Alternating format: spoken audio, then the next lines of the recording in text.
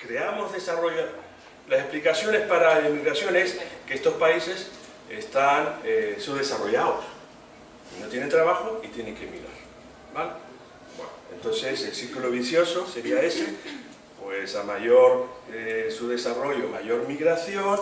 Entonces la política ha sido vamos a crear más desarrollo, incluso los inmigrantes son creadores de desarrollo en su país de origen, de ahí salió esa política de Tampere de codesarrollo, que ahora está tambaleando, lógicamente. Las remesas que van a los inmigrantes pueden ser creación de riqueza en sus países de origen, eso es otro tema para discutir en otro seminario, esto en el futuro. Y bien, entonces dice, pues resulta que lo que estamos descubriendo ahora es que incluso el alto desarrollo, y cuando eso digo no solo mayor crecimiento, sino crecimiento de calidad de ese desarrollo, necesitan migración. Es decir, que la migración en principio no va a desaparecer. Un caso, el Reino Unido. El Reino Unido tenía hasta hace 4 o 5 años 10% de inmigración. Pues 5,5 millones de británicos están en el extranjero. Prácticamente es la misma cifra de lo que tienen en el Reino Unido. Y es normalmente lo que se ha venido a llamar migración calificada, migración cualificada, o también esto, me queda un minuto, o también movilidad del talento, que ahora se habla mucho, ¿no? Movilidad del talento. Quiere decir que incluso los países ricos para desarrollarse necesitan esa migración. Hace poco estuvo en España, en la Cámara de Representantes, bueno, el Parlamento Español, un debate sobre la reforma de la ley en Estados Unidos, reforma migratoria, y entonces un representante comentó, Lincoln, además muy bonito, Lincoln Díaz Balart. Lo digo por lo siguiente, es de origen cubano, pero su nombre es Lincoln, ¿no? Eso refleja mucho lo que es Estados Unidos, ¿no? Bien, entonces dijo, bueno, el tema es bueno, de cara al tema tenemos mucha gente que está formando, norteamericanos, que están saliendo a otros países para trabajar en altos puestos de dirección o trabajos muy cualificados.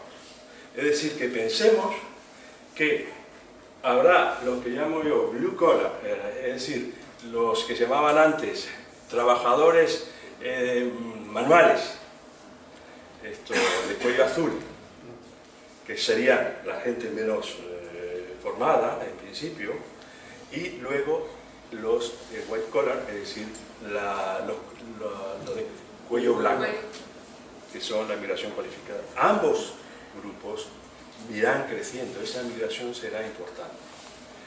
La que nosotros tenemos que preocuparnos fundamentalmente, además, es aquellos que ni son migración cualificada y son a veces migración de no muy buena formación, sino aquellos que emigran muchas veces, especialmente de zonas fronterizas a otra, en situaciones por desastres naturales.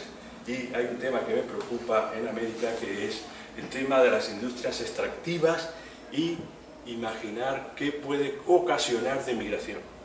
Doy ejemplos. He estado un poco en Guatemala, y entonces en Guatemala estaba discutiéndose, hay que desarrollar especialmente la industria extractiva de minerales en cielo abierto, porque es la más barata, y dice, claro, pero entonces aquí nos encontramos con indígenas que tienen sus tierras.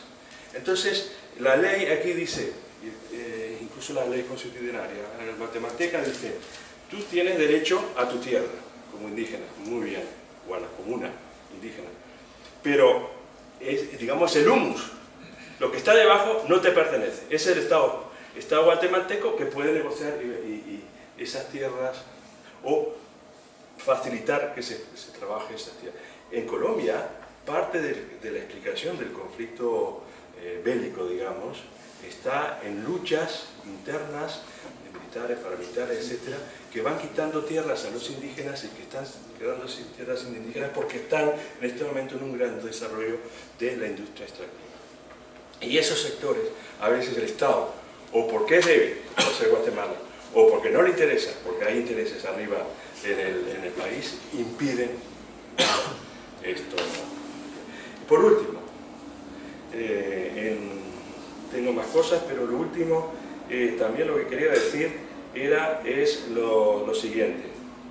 Los estados, normalmente, emisores, es decir, los que envían migración hacia afuera, les interesa emigrar la migración no calificada. Marruecos, en el año 58, tenía un conflicto con los rifeños, que además habían sido siempre los rebeldes contra el Estado central, el Macsén. Entonces, le habían hecho una revolución en el año 1958, 2 años después de la independencia. Entonces, dice, vamos a llegar a acuerdos y nos sacamos esta gente con Alemania y otros países, como dije hoy, y nos quitamos esa presión interna que va a ser motivo de conflicto, ¿no? Bien, esa migración no calificada o no cualificada, como se dice en España, estos países dicen, vale, que vayan y que se queden de manera permanente en su país. Pero la migración calificada, que venga de manera permanente aquí, no temporal. Los países desarrollados, ¿qué es lo que quieren? Que los inmigrantes no calificados vengan, pero de forma temporal, estén un tiempecito y se vuelvan. O circulan por ahí. En cambio, la migración calificada, que se quede. Es decir, que ambos tipos de países están peleando por lo mismo, es decir, que venga la migración calificada, porque siempre es más atractiva, pero lo que tenemos que defender, creo yo, es también aquellos que también están ayudando al crecimiento, aunque desde el punto de vista capitalista no sea tan atractivo. Muchas gracias.